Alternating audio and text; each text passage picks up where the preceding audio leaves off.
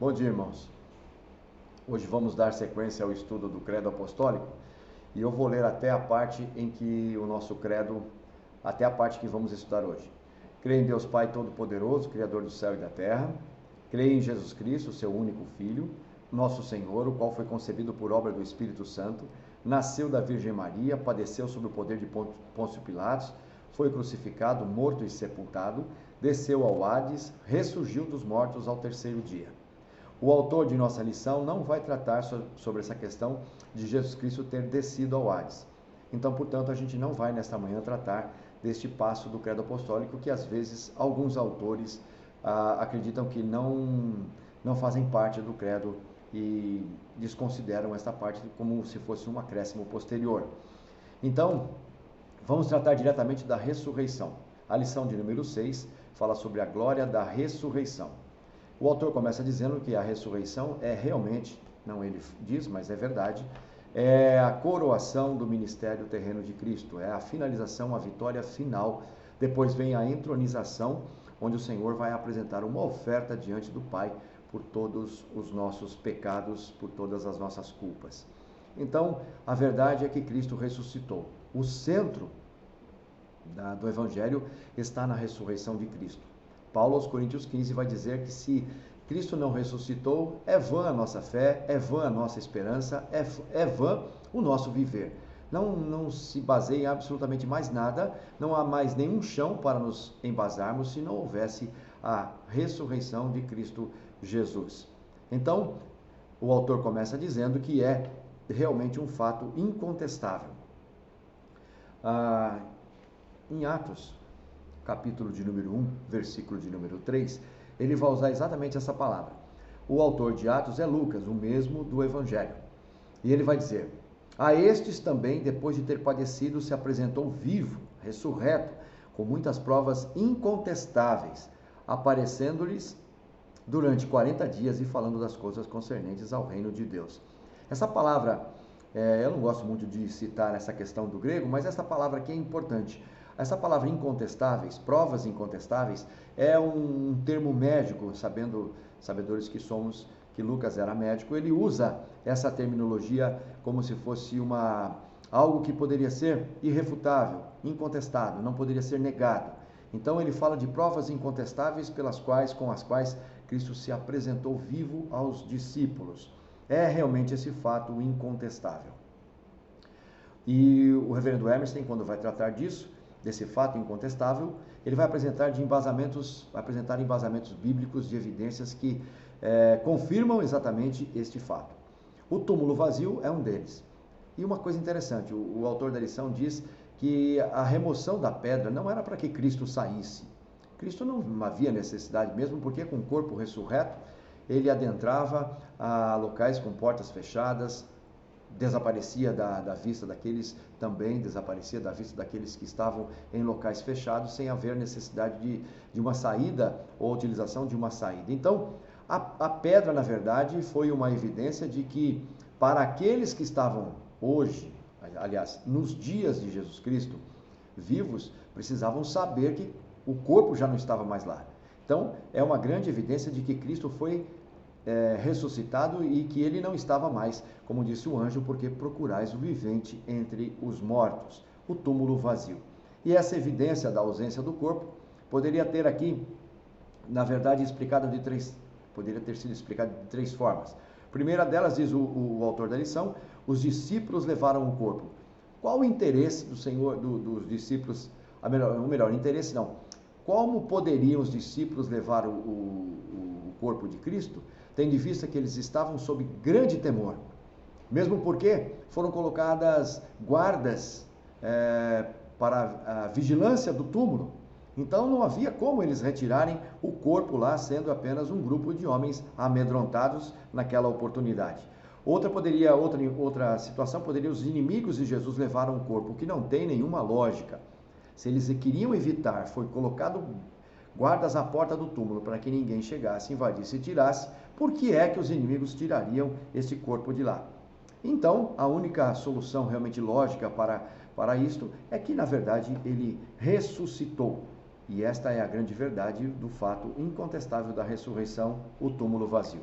Temos depois também as aparições de Jesus Cristo, que apareceu, como disse aqui no livro de Atos, apareceu com provas incontestáveis durante 40 dias, falando com os discípulos. Ele apareceu, e quando ele foi assunto aos céus, haviam mais de 500 pessoas que viram a sua ascensão até aos céus. Então, na verdade, até o apóstolo Paulo, no capítulo 15, como diz o autor, dos versículos de 3 a 8, lá aparece uma série de pessoas em sequência que Paulo vai apresentar que Cristo para estes apareceu. A transformação dos discípulos também é uma grande evidência de que agora eles tinham certeza da ressurreição. Homens amedrontados e temerosos passaram a ser homens com ousadia, passaram a dar um testemunho corajoso e a enfrentar as autoridades, porque eles tinham certeza absoluta de que Cristo havia ressuscitado. A pregação apostólica, a pregação destes homens também, embasava-se no Cristo ressurreto. A palavra Cristo ressurreto aparece mais nas cartas de Paulo e nos escritos do que propriamente depois dos evangelhos, aparece mais vezes do que Cristo crucificado. Então, temos esta evidência de que, na verdade, eles estavam pregando o Cristo ressuscitado de uma maneira enfática, com muita ousadia. Outro fato também é a conversão de muitíssimos sacerdotes. Esses sacerdotes que se levantaram e tentaram até subornar os guardas para que eles contassem naquela oportunidade de que eles haviam levado o corpo de Cristo, que está registrado aqui em Mateus 28, veja, e eis que alguns dos guardas foram à cidade e contaram aos principais sacerdotes tudo o que sucedera. Reunindo-se eles em conselho com os anciãos, deram grande soma de dinheiro aos soldados, recomendando-lhes que dissessem: vieram de noite os discípulos dele e o roubaram enquanto dormíamos. Então, os próprios sacerdotes queriam subornar os guardas, subornaram os guardas para que eles dissessem que haviam recebido, que haviam dormido, e os discípulos vieram e tiraram o corpo de Cristo. Estes mesmos sacerdotes depois se converteram. E como é que poderíamos explicar essa conversão se realmente eles não tiveram a certeza absoluta da ressurreição do Senhor Jesus Cristo? Temos ainda a conversão de Paulo como uma outra evidência desse fato incontestável da ressurreição, quando Cristo aparece a ele no caminho de Emaús. E lá então ele recebe esse chamado para ser o pregador aos gentios. A própria observância do domingo acaba sendo um fato, uma evidência muito forte, porque veja, aqueles judeus que vieram de uma tradição de guardar o sábado, aceitaram com tranquilidade o fato de que agora o dia do Senhor passa a ser o domingo, o dia da ressurreição. Veja, Moisés atrelou o sábado à libertação do povo do Egito. Lá em Deuteronômio, capítulo 5, versículo 15, temos este fato de que o sábado estava atrelado à libertação do povo de Israel. E o domingo passou a ser a libertação do jugo do pecado, da morte e do inimigo, enquanto a ressurreição de Cristo é a vitória sobre estes. Então, o domingo acabou sendo o dia do Senhor, por conta da própria ressurreição. Sacerdotes aceitaram, de tradições judaicas, os judeus que se converteram, os discípulos aceitaram o fato, a igreja primitiva acabou aceitando o fato, e a verdade é que hoje, o dia do Senhor, acaba sendo o domingo, o primeiro dia da semana, até os dias de hoje, por conta deste ter sido o dia da ressurreição de Cristo Jesus. Bem, essas são evidências desse fato incontestável, que não se podem serem refutados, negados ou questionados. Há também a manifestação, na parte 2 da nossa lição, a manifestação do poder de Deus. Pelo poder do Pai, Cristo foi ressuscitado, há vários textos aqui. Pelo poder do Espírito, que diz que o vivificou de entre os mortos e o levantou, também a manifestação do poder do Espírito. E o poder do próprio Filho, que dispunha de poder para ressuscitar, vencendo assim a morte. Temos aqui a Trindade totalmente envolvida nesta ressurreição também, na manifestação deste poder poderoso, soberano do Senhor. A ressurreição de Cristo Jesus, o autor vai trazer uma afirmação sobre isso, Ela não é só um fato incontestável, é uma manifestação do poder infinito de Deus, mas ela também se torna um fato singular e glorioso. Outras pessoas foram ressuscitadas.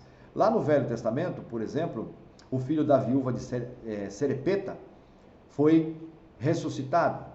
O homem que foi jogado na sepultura de Eliseu e tocou nos ossos de Eliseu também. O filho da Sunamita, a filha de Jairo, o filho da viúva de Naim, o próprio Lázaro, Dorcas, Eutico, todos estes foram ressuscitados. Mas ressuscitados envelheceram e morreram de novo. Com Cristo não. A ressurreição de Cristo foi algo definitivo. Com um corpo já glorioso. Ele se torna então o primogênito, tem a primazia dentre todos aqueles que ressuscitarão. Jesus Cristo, quando ressuscitou, deixou claro que também nós nos levantaríamos dos túmulos quando ele voltasse para receber um corpo igual ao dele. Nossa ressurreição vai se dar no último dia. O corpo de Cristo era real. É um corpo que ocupava espaço físico. É um corpo que tem todas as semelhanças e características de um corpo humano. É claro que às vezes ficava meio difícil ser reconhecido de pronto, mas logo depois, quando ele se apresentava, então as pessoas o reconheciam e eram capazes de ver, por exemplo, as marcas que foram deixadas de seu sofrimento. Marcas nas mãos, o furo ao lado, quando ele apresenta para Tomé, por exemplo, que disse que só creria se visse. E o Senhor, naquela oportunidade, diz: bem-aventurados os que não viram e creram. Então é uma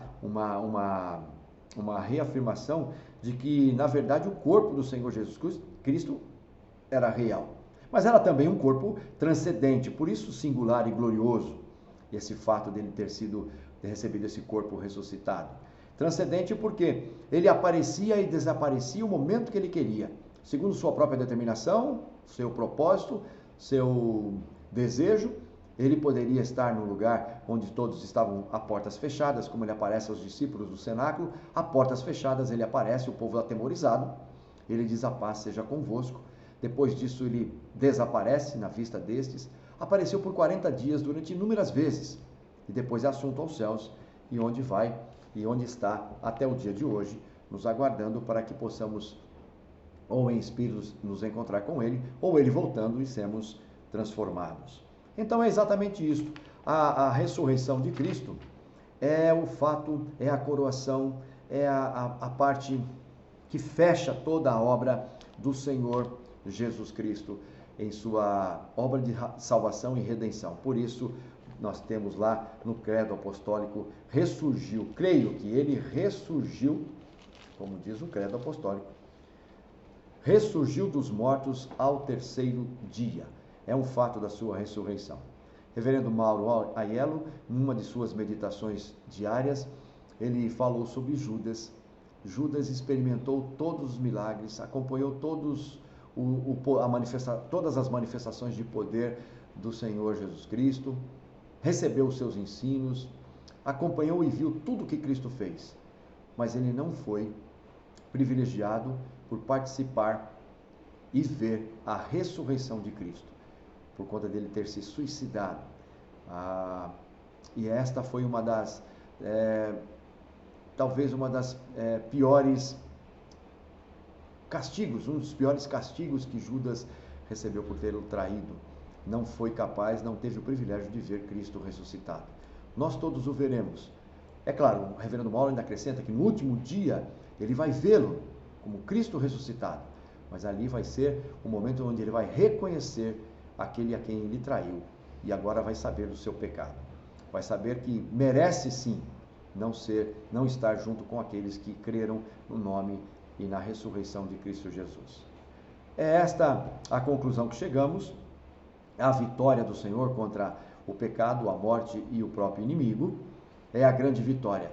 Esta vitória, a certeza desta ressurreição, nos traz hoje a certeza de que estamos nos preparando também para nos tornar cada vez mais parecidos com o Senhor.